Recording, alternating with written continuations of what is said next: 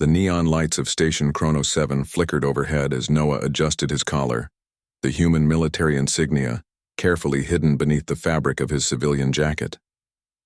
He had been undercover for 3 months now, monitoring the flow of refugees from the draconian sovereignty into human-controlled space. The war had been over for 2 years, but tensions remained high, and his mission was simple: observe, report, and remain undetected. The marketplace hummed with activity, a cacophony of alien languages mixing with the occasional burst of standard English. Vendors hawked their wares from makeshift stalls, selling everything from exotic fruits to black market tech. Noah kept his head down, his practiced movements those of just another drifter looking for work in the outer colonies. That's when he heard the commotion. A crowd had gathered near the central plaza, voices rising in alarm. Noah's training kicked in immediately.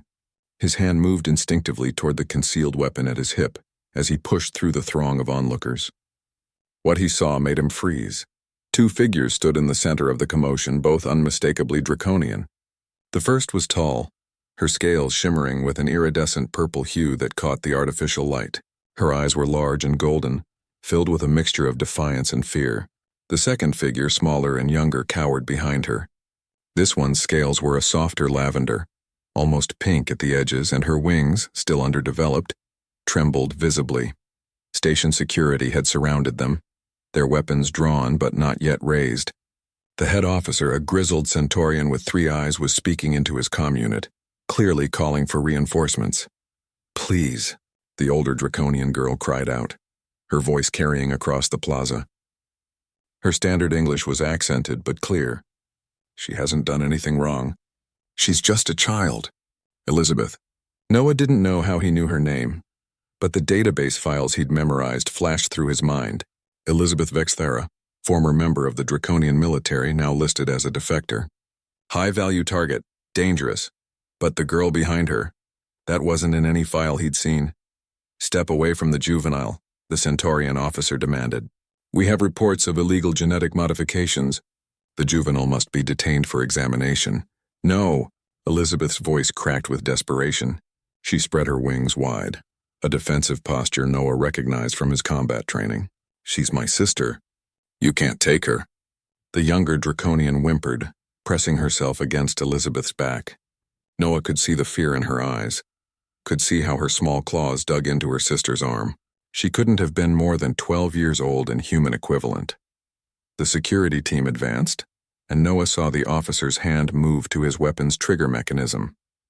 In that split second, years of training warred with something else, something humanity had always prided itself on, even when the galaxy didn't understand it: compassion. Noah stepped forward, his voice cutting through the tension like a blade. "Hold on a second." Every eye turned to him. Elizabeth's gaze locked onto his, and for a moment, something passed between them, recognition, perhaps, or simply the desperate hope of a drowning person reaching for a lifeline. "This isn't protocol," Noah continued, walking casually into the circle of security officers. He pulled out a datapad, praying his forged credentials would hold up under scrutiny. "I'm Inspector Chen, Refugee Affairs Division. I need to see the complaint." The Centaurian officer's 3 eyes narrowed in suspicion, but he gestured for one of his subordinates to hand over the pad. Noah scanned it quickly, his mind racing. Someone had filed an anonymous report claiming the younger draconian showed signs of illegal military bioenhancement, the kind of modifications the sovereignty had used to create super soldiers during the war. It was possible, Noah thought. The draconians had done terrible things in their desperation to win. But looking at the trembling child behind Elizabeth, all he saw was a scared little girl who looked nothing like a weapon. "The report is unsubstantiated," Noah said, his voice carrying the weight of false authority. "No visual confirmation of combat enhancements. No behavioral indicators. This looks like a case of xenophobic profiling." "With all due respect, Inspector," the Centaurian officer growled, "we have jurisdiction here. Station security protocols require..." "Station security protocols are superseded by interstellar refugee treaties," Noah interrupted smoothly. He'd memorized every relevant law during his training. Article 7, Subsection 3. Juvenile refugees from former hostile territories cannot be detained without probable cause and proper evidence. An anonymous tip doesn't qualify. The officer's mandibles clicked in frustration, but Noah could see the hesitation in his stance. Station security didn't want an interstellar incident on their hands, especially not with human oversight watching. Elizabeth's golden eyes hadn't left Noah's face. He could see the questions there, the confusion, and underneath it all, a flicker of hope that he was trying very hard not to extinguish. "Look," Noah said, softening his tone slightly, "if you want to file a formal investigation request through proper channels, that's your right. But until then, these civilians are free to go, unless you want to explain to your superiors why you violated treaty protocols." The standoff lasted another 10 seconds that felt like hours. Finally, the Centaurian officer lowered his weapon and gestured sharply to his team. "Fine, but we'll be watching them, Inspector." "One wrong move." "Duly noted," Noah said. He turned to Elizabeth and her sister, keeping his expression neutral. "You two, come with me. Now." Elizabeth hesitated for only a moment before nodding.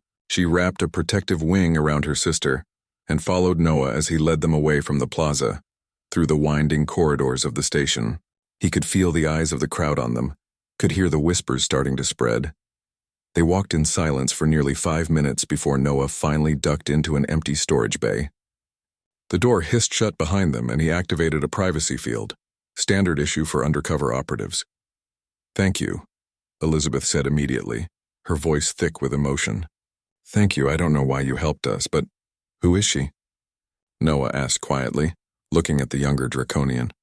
"Really?" Elizabeth's wings folded protectively. "I told the truth. She's my sister. Her name is Sarah. The files say you're an only child." Elizabeth's eyes widened slightly, surprised then understanding. "You're not really with refugee affairs, are you?" Noah didn't answer directly. Instead, he knelt down to be at eye level with Sarah. The little girl looked at him with those wide, frightened eyes, and he saw something that made his chest tighten. On her neck, barely visible beneath her scales, were scars. Surgical scars. "They did experiment on her," he said softly. It wasn't a question. Elizabeth's silence was confirmation enough. When she finally spoke, her voice was barely a whisper. She was part of the Sovereignty's final project. They took children, eggs really, and tried to create the perfect soldier. Enhanced strength, accelerated healing, neural combat protocols. Sarah was one of the survivors. How many survivors were there? Just her. Out of 300, Noah felt something cold settle in his stomach. He'd seen reports of draconian war crimes during his briefings. But numbers on a page were different from looking at a frightened child who'd been tortured in the name of victory. When the war ended and our world fell, I found her in a military facility, Elizabeth continued. She was in a containment cell alone, terrified. I couldn't leave her there, so I took her and ran. We've been running for 2 years. And the military modifications? She can't control them. Sometimes when she's scared, her body reacts. Enhanced strength, combat reflexes. But she's not dangerous, she's just a child who's been through hell and doesn't understand what was done to her. Noah stood slowly, his mind working through the implications. By all rights, he should report this immediately. A draconian military defector harboring an experimental bioweapon, even if that weapon was a child, was exactly the kind of threat he'd been sent to identify. But humanity hadn't won the war by becoming monsters. They'd won because they'd held on to something the Sovereignty had lost. Their humanity. "You can't stay on this station," Noah finally said. "Word will spread about what happened in the plaza. Within hours, you'll have bounty hunters and military contractors looking for you." "I know," Elizabeth said quietly. "We'll keep moving." "We always do." "No." Noah pulled out his datapad and began typing rapidly. "I'm going to give you coordinates to a safe house in the Kepler colonies. Human-controlled space, but with a large refugee population. Tell them Inspector Chen sent you. They'll know what it means." Elizabeth stared at him in disbelief.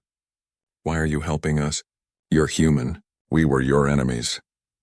Noah looked at Sarah, still clinging to her sister's side, and thought about all the reasons humanity fought wars, and all the reasons they should stop. "The war is over," he said simply, "and she's just a kid who needs a chance to be more than what they made her." He handed Elizabeth the datapad with the coordinates, then pulled a small credit chip from his pocket. His emergency funds. Enough to buy passage on a decent transport. "Get off this station within the hour. Don't look back." Elizabeth took the items with trembling hands. For a moment she looked like she might cry. Instead, she reached out and clasped Noah's hand in hers, her scaled fingers warm against his skin. "I won't forget this," she said. "If you, Eve,